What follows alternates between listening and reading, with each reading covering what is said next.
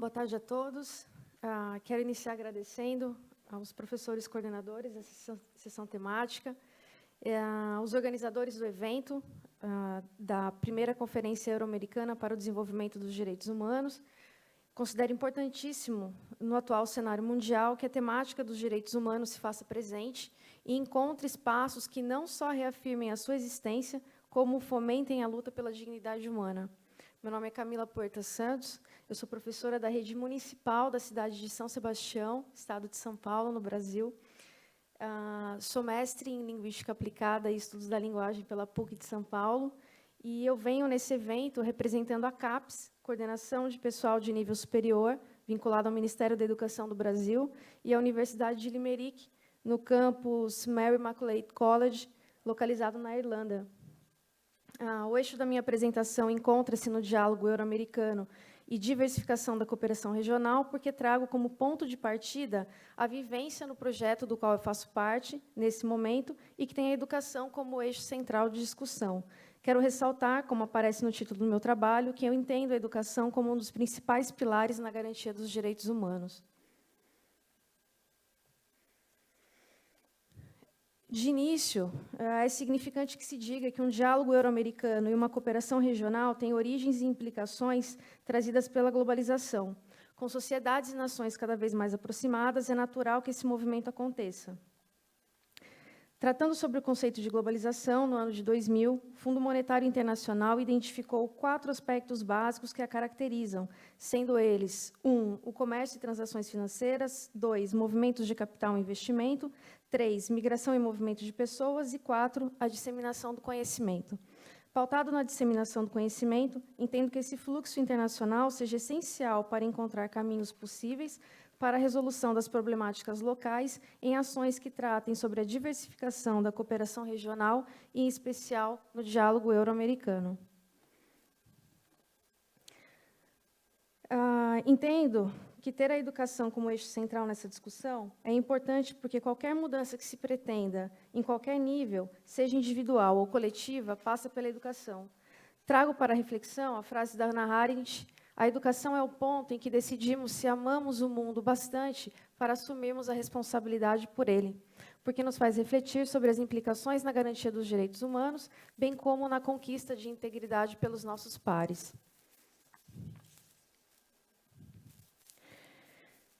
Dentro da temática da educação, do diálogo euro-americano, da diversificação da cooperação regional, eu apresento, então, o programa Professores da Educação Básica na Irlanda, desenvolvido pela CAPES, em uma parceria com o Mary Immaculate College, na Irlanda. Foram selecionados para participar desse projeto, do qual eu faço parte, coordenadores, diretores e supervisores de ensino de educação básica, sendo que 2 são os grandes objetivos que se pretendem: o contato desses profissionais com a língua e cultura estrangeira e a especialização técnica do grupo docente. O programa iniciou em agosto e segue até junho de 2020.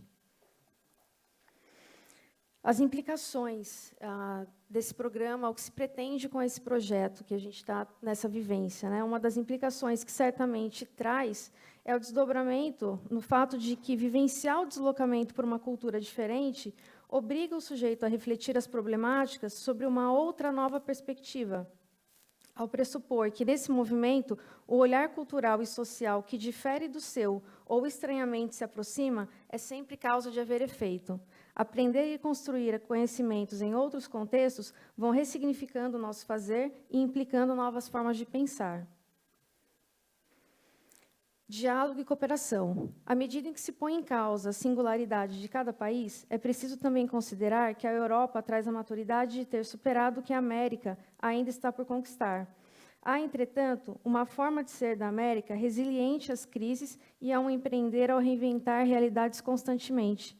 Enquanto a Europa vive crises pontuais, nós, latino-americanos, somos margeados por ela a vida inteira. A diversificação da cooperação regional se mostra benéfica, portanto, na superação de conflitos e no enriquecimento dessas relações, que diversifica a sua existência, ampliando os saberes para melhor cooperar com o desenvolvimento humano.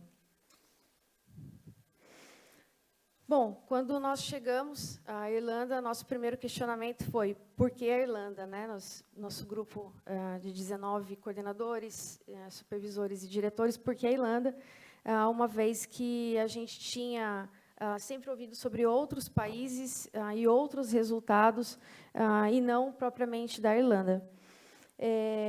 E aí, com esse contato, com essa vivência, percebemos que a Irlanda é um expoente no campo da educação e trouxe alguns dados para mostrar. Então, são dados do PISA, Programa Internacional de Avaliação de Alunos, mostram a Irlanda numa situação bem avançada em relação ao Brasil, né?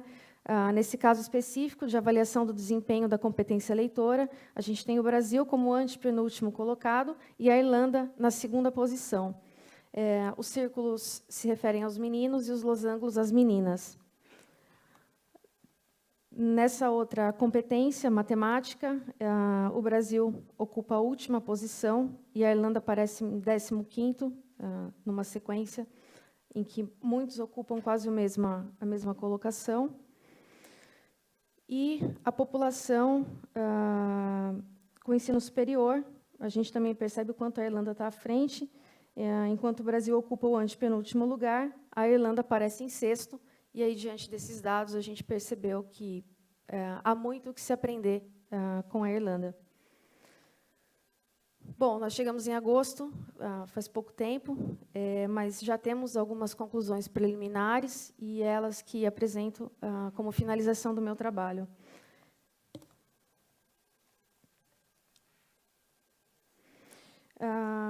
O encontro com esses dados e com uma análise preliminar do que estamos vivenciando me faz perceber que existem algumas diferenças em como a educação é vista, articulada e praticada na Irlanda. O principal motivo para esse sucesso, a meu ver, é que, na Irlanda, a educação é vista como uma política de Estado e não como uma política de governo.